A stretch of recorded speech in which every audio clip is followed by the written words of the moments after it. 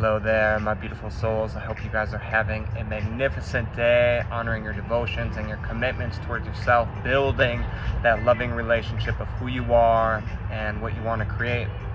And today's video, we are going to be talking about feelings, and recognizing there are many components of a healthy relationship, especially with ourselves, but recognizing first needs, and that was covered in a previous video. But the more that you know your needs and what will make you feel fulfilled, alive, and honored, and create a lot of external sources of that, cultivate it within, and then having that communication, that discussion with your partner so you could really grow and evolve and step into a high degree of truth. It is very powerful and uplifting, especially as the masculine. Your duty is to lead and set the example and really guide your partner through that process. So that was a previous video, definitely check it out. But getting back into this one, feelings. And recognizing a really healthy component, especially for a masculine, more conscious man, is to be able to articulate his feelings in a place of groundedness, in a place of centered. He's not reactive to them. He's witnessed them, he's felt them, he's transmuted them in his fields, and now he has an opportunity to honor them and to speak them.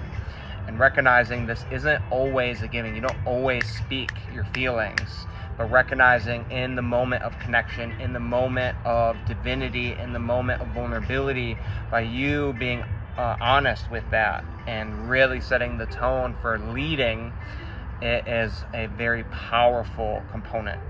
And a big component that you really want to honor with your relationship is safety, creating safety within others.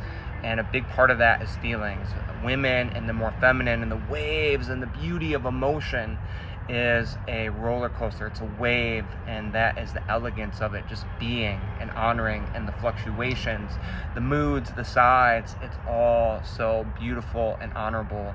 But with that, recognizing the feelings are going to come up, and they're going to be more turmoil, and it's going to be not as consistent.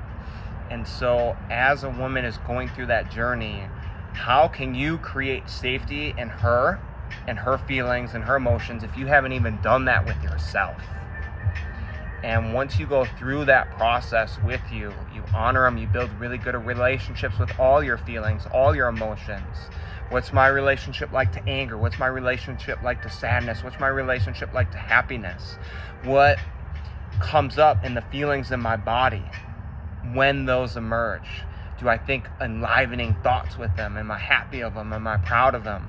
Do I have a level of awareness of the different intensities of them? And that is a beautiful part about being conscious, is your ability to recognize them in their lower states are going to be amplified. So for example, say we're talking about anger. Anger is coming up, but you've caught it, you've recognized it within the mind, witnessing some of the thoughts and some of the agitation that is coming within the body. And it's subtle, and like, okay, I'm gonna notice I'm a little bit more tense, I'm slightly more agitated, this is a lower level of anger. So I recognize that, and it gives you the tools and the clarity to recognize what triggered it, what caused it, what changes do I need to make to really move forward with a high degree of integrity and self-truth. And once you get those levels, you get tools to offset, to honor, to listen, to go deeper, and also to come back home to yourself. And especially if you've dealt with high intensity emotions within your body and feelings, your ability to hold space for people who are triggered, going through their own, and just be present is an immensely powerful gift. And instead of reacting to when people come up with their emotions, getting you off center, getting you off kilter, you could just sit with it, honor it, and not let it sway you from your truth, from your power, from your foundation as a man and as a being. And that is an immense gift. And by you leading and communicating with your woman how certain feelings are coming up, it is going to allow her to do the same, to create a really authentic, real, and empowering connection between you guys. And that takes courage. It takes bravery. It takes full-heartedness to truly honor that, to embody that, to go forward with it.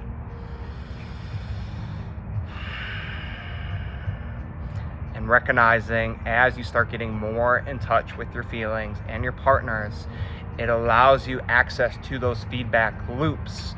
And so recognizing when you're happy, when you're sad, when you're frustrated, it's going to start generating various thoughts, but you're aware of it and you know those thoughts. And so you can modulate it, you can honor it, and help you get back to equilibrium.